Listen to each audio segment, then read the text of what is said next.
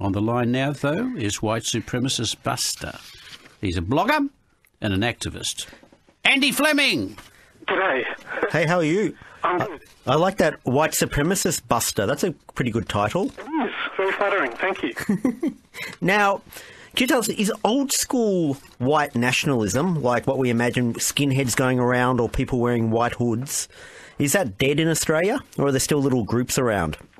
There are still little groups around, and there are still, I think the KKK is probably a spent force. It does have a presence in some rural and regional areas of Australia, but certainly there are still Nazi skinheads about, and there's a Nazi presence among other youth subcultures as well.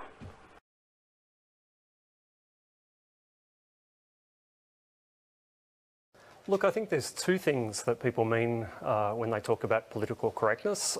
There's just a sort of general sense of the institutions and understandings that shape what we feel it's appropriate to say and when and how that speech is received. And that's a general phenomenon. There's lots of things that I'm not going to say on this television program because they would be edited out or get us all arrested.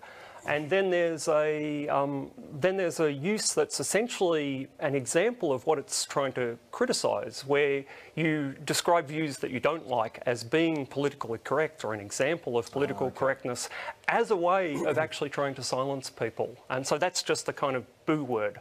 I don't like the fact that people are criticising a comedian for being sexist, so I say, oh, that's terrible political correctness.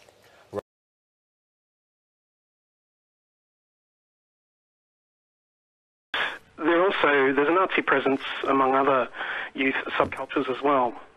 Yeah, go on, please. Well, over the last 20 years or so, there's been a kind of development within neo-Nazi ranks, not only in Australia but overseas. And what's happened is that the skinhead look, while it remains attractive for some, has increasingly been replaced with people who are interested in other subcultures such as metal, especially death metal, goth, straight edge, hardcore, all sorts of other youth subcultures.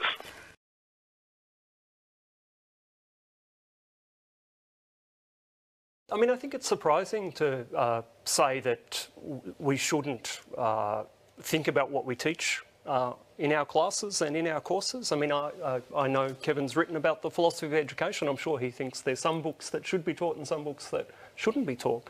We're always going to have that conversation. I mean, if I turn up to a biology lecture, I don't want someone, you know, rabbiting on about politics. So it seems a bit silly to me to describe a debate about what it's appropriate to be teaching as censorship. That's actually just an ordinary part of intellectual and university life, is thinking about what do we want to teach, how do we want to teach it, which books are appropriate.